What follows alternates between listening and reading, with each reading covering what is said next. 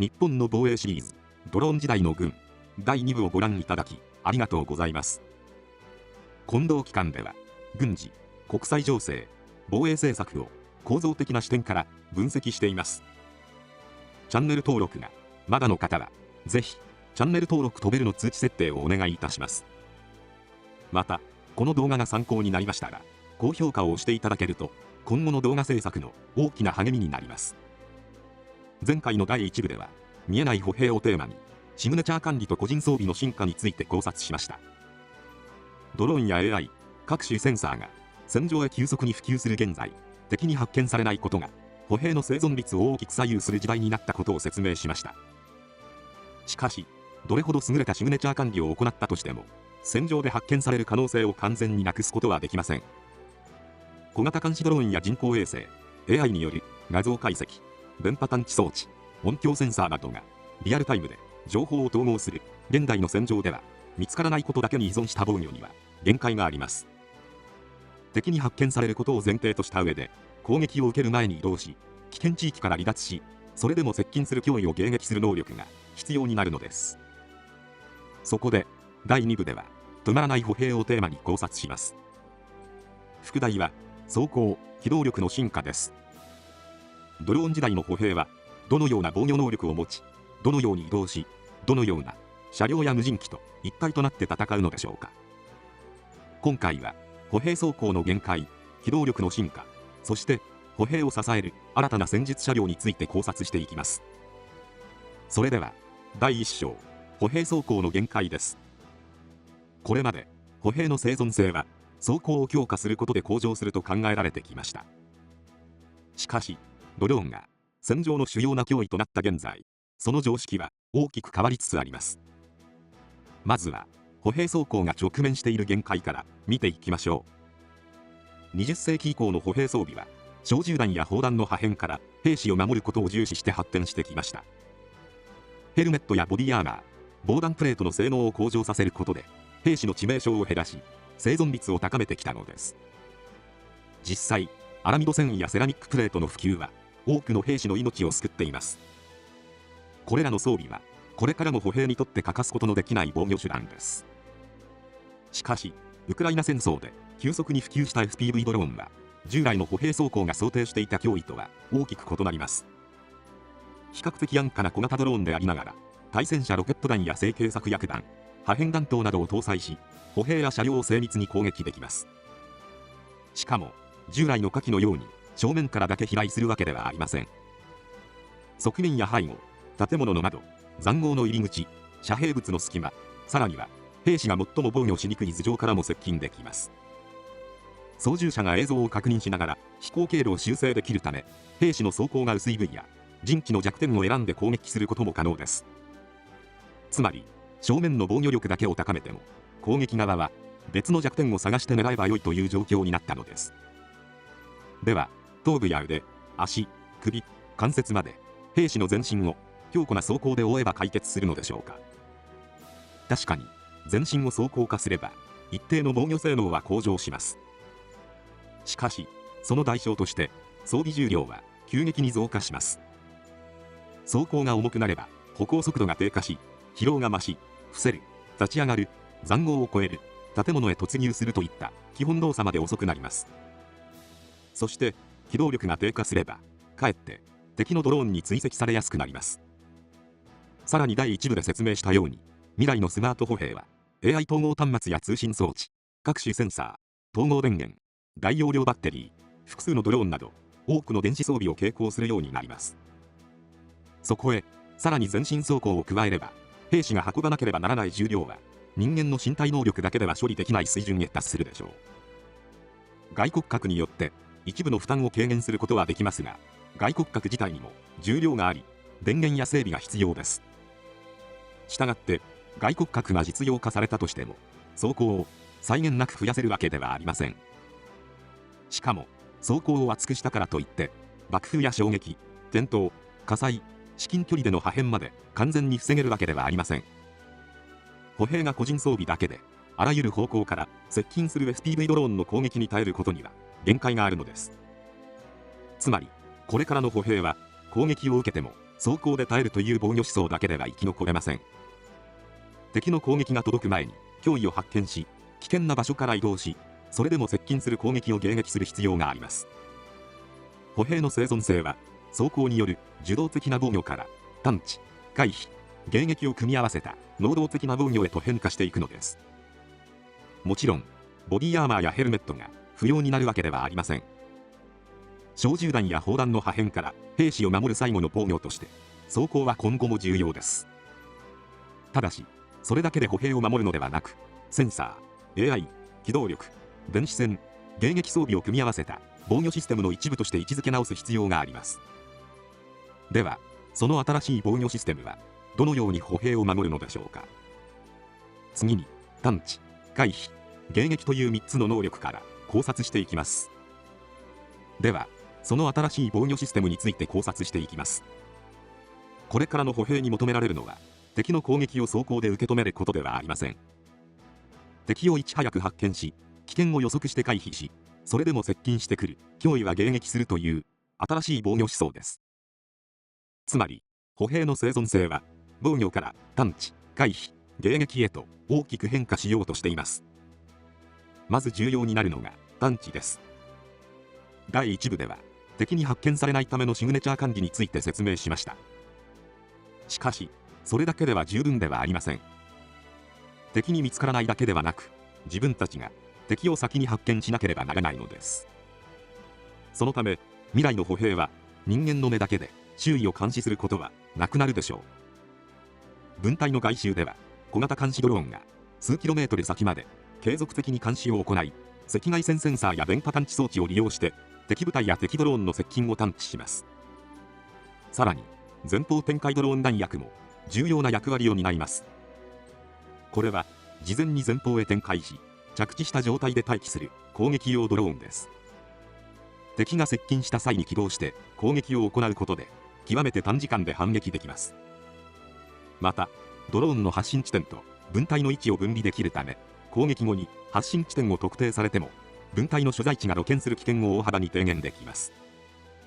この戦術はすでにウクライナ戦争でも実戦で確認されており、将来の歩兵分隊にとって重要な装備と戦術になるでしょう。さらに分隊の直近を監視する随伴監視ドローンも配備されるようになります。このドローンは分隊周辺の光学情報や音響情報を継続的に記録し、平常時の環境を学習します。そのため環境音とは異なる音を検知したり、これまで存在しなかった物体が現れたり、草木が踏み倒されたり、倒木が発生したりといったわずかな変化も検出できます。完全にパッシブで監視を行えるため、分隊近傍の最終監視網として極めて有効です。これらの情報は AI へ集約され、分隊全体の状況をリアルタイムで解析します。つまり一人の兵士が敵を発見するのではありません。分隊全体が一つの巨大なセンサーとして機能するのです。例えば小型監視ドローンが上空から敵を監視し、音響センサーが FPV ドローン特有のモーター音や足音、車両音を検知します。さらに電波探知装置が操縦電波を補足し、 AI がそれらを統合して敵の接近方向を推定します。歩兵が敵を目視する前に AI が危険を警告する時代になるでしょう。次に重要なのが回避です。これまで歩兵は敵を発見すると物陰へ隠れたり伏せたりすることが基本でした。しかし FPV ドローンは高速で飛行し、障害物を回り込んで追尾する能力を持っています。そのため単純に身を隠すだけでは十分ではありません。 AI は周囲の地形や建物、敵ドローンの飛行経路を解析し、その場で最も生存率の高い退避経路を提示します。例えば右側の建物へ移動する、地下へ退避する、樹木帯を利用して接近を避ける、あるいは30メートル後退するといった判断を数秒以内に行い、歩兵へ伝達します。そして最後が迎撃です。回避できない攻撃は自ら迎え撃たなければなりません。未来の軍隊では電子戦装置による妨害や迎撃ドローン、レーザー迎撃装置に加え、小銃や機関銃も対ドローン能力を持つようになるでしょう。散弾型や空中炸裂型、プログラム進管型、超軽量フレシェット弾などドローン迎撃専用弾薬も普及していくと考えられます。従来小銃は敵兵を撃つための兵器でした。しかし、未来では空を飛ぶ小型ドローンを撃ち落とすことも重要な役割になります。つまり、一人一人の兵士が歩兵であると同時に対ドローン相手にもなるのです。このように考えると、未来の歩兵装甲とは防弾性能だけを意味するものではありません。センサーによる探知、AI による判断、機動による回避、そして迎撃能力を統合した防御システムこそが新しい時代の装甲と呼べるのではないでしょうか。次の章では、この新しい防御思想を支えるもう一つの要素、機動力の進化について考察していきます。第2章、機動力の進化。第1章では、歩兵の生存性は防御から探知、回避、迎撃へと変化していることを説明しました。しかし、それらを実現するためにはもう一つ欠かせない能力があります。それが機動力です。敵よりも早く移動し、危険地域から素早く離脱し、最適な位置へ展開する能力がこれからの歩兵には不可欠になります。これからの戦場では機動力そのものが生存率を左右すると言っても過言ではありません。しかし、現代の歩兵は装備の増加によってすでに大きな負担を抱えています。AI 統合端末や通信装置、各種センサー、統合電源、大容量バッテリー、複数のドローン、予備弾薬などを携行すれば、一人の兵士が運ぶ重量は今後さらに増加していくでしょう。そこで重要になるのがパワーアシストスーツ、いわゆる外骨格です。外骨格は兵士の筋力を補助し、重量物を携行したままでも長距離を移動できるよう支援します。疲労を軽減し、移動速度を維持しながら継続的な戦闘能力を確保できるため、スマート歩兵を支える中核装備の一つになると考えられます。特に山岳地帯や森林、市街地など車両が侵入できない地形ではその効果は非常に大きくなるでしょう。一方で、兵站が確保され車両が侵入できる地域では必ずしも外骨格に頼る必要はありません。そのような地域では車両が重量物を運搬し、歩兵は必要最小限の装備だけを携行する方が効率的です。つまり、車両が侵入できない地域では外骨格とドローンが歩兵を支え、車両が運用できる地域では車両が歩兵の負担を担うというように、状況に応じて柔軟に使い分けられるようになるでしょう。さらに AI は歩兵の移動そのものも支援します。ドローンや各種センサーから送られてくる情報を AI がリアルタイムで解析し、敵ドローンの飛行区域や敵歩兵の射程圏、電子戦が行われている地域などを避ける最適な経路を提示します。歩兵は地図を見ながら進むのではなく、AI のナビゲーションを受けながら戦場を移動するようになるでしょう。また、小型監視ドローンも歩兵の機動力を支える重要な存在になります。歩兵の前方を自律的に飛行し、障害物や敵部隊を先行して監視することで、危険を発見した時点で進路変更を促します。これまで歩兵は自ら偵察しながら前進していました。しかし、未来ではドローンが目となり、AI が頭脳となって歩兵を先導する時代になります。そしてもう一つ注目すべきなのが空中機動です。これは空挺部隊のように長距離を飛行するものではありません。歩兵の移動を補助するための短距離空中機動です。例えば、外骨格を装備した歩兵が河川を渡る場合や崖を越える場合、あるいは瓦礫が散乱した市街地を突破する場合、人力だけでは大きな時間を要します。そのような場面では、大型マルチコプタードローンや複数の輸送ドローンによって歩兵を数十メートルから数百メートルだけ空輸するという運用も考えられます。土下や崖の越境、建物屋上への展開、瓦礫地帯の突破など、これまで地形に制約されていた障害を短時間で乗り越えられれば、歩兵の行動範囲は飛躍的に拡大します。つまり、未来の歩兵は平面だけではなく、立体的な空間を利用して起動するようになるのです。これまで歩兵の戦場は2次元でした。しかし、ドローン技術の進歩によって歩兵も3次元の機動能力を獲得する可能性があります。これが私が考える止まらない歩兵の姿です。次の章では、この機動力を支える歩兵戦術機動戦闘車と UGV について考察していきます。第3章、歩兵を支える戦術車両。第2章では、未来の歩兵にとって機動力そのものが生存性を左右することを説明しました。しかし、どれほど外骨格や AI が進歩しても、歩兵だけで長時間戦い続けることには限界があります。そこで重要になるのが歩兵を中心に設計された新しい戦術車両です。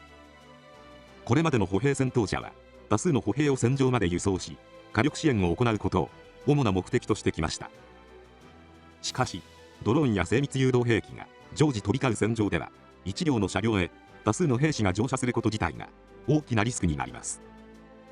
一度攻撃を受ければ1個分隊が同時に戦闘不能となる危険があるからです。そのため未来の歩兵戦術機動戦闘車は大量輸送ではなく分散運用を前提に設計されるようになるでしょう。例えば1個分隊6名であれば2両の歩兵戦術機動戦闘車へ分乗する運用が考えられます。1両が損傷しても分隊全体の戦闘能力を維持でき生存率も大きく向上します。そしてこの車両は単なる輸送車両ではありません。歩兵が赴い続けるための移動戦術基地としての役割を担います。車内には大容量電源や AI 情報処理装置、高速通信設備、ドローン格納庫、バッテリー充電設備、各種センサー、予備弾薬、医療資材などが搭載され、歩兵は任務に応じて必要な装備へ短時間で換装できるようになります。都市戦では市街地用装備へ、森林では森林専用装備へ、対ドローン任務では迎撃装備へと柔軟に変更することで、一つの分隊でも様々な任務へ対応できるようになるでしょう。また、すべての移動を装甲車両へ依存するわけではありません。森林や山岳地帯、瓦礫地帯などでは、小型で高い機動力を持つバギーや二輪オフロード車も重要な役割を果たします。電動化が進めば、騒音や熱シグネチャーを抑えられるため、夜間や隠密行動にも適した移動手段となります。さらに、未来の分隊では、UGV、すなわち、無人機上車両が標準的な装備になると考えられます。UGV は1種類ではありません。共通の車体へ任務ごとのモジュールを搭載することで、補給型、弾薬輸送型、救護型、電子戦形、対ドローン型、偵察型など、1台で様々な任務を担えるようになります。必要に応じてモジュールを交換することで、分隊の任務に合わせた最適な支援を実施できます。予備弾薬や予備バッテリー、食料、飲料水、医療資材、さらには追加のドローンまで UGV が運搬するため、歩兵は戦闘に必要な装備だけを携行すれば良くなります。つまり、未来の歩兵は一人で戦う存在ではありません。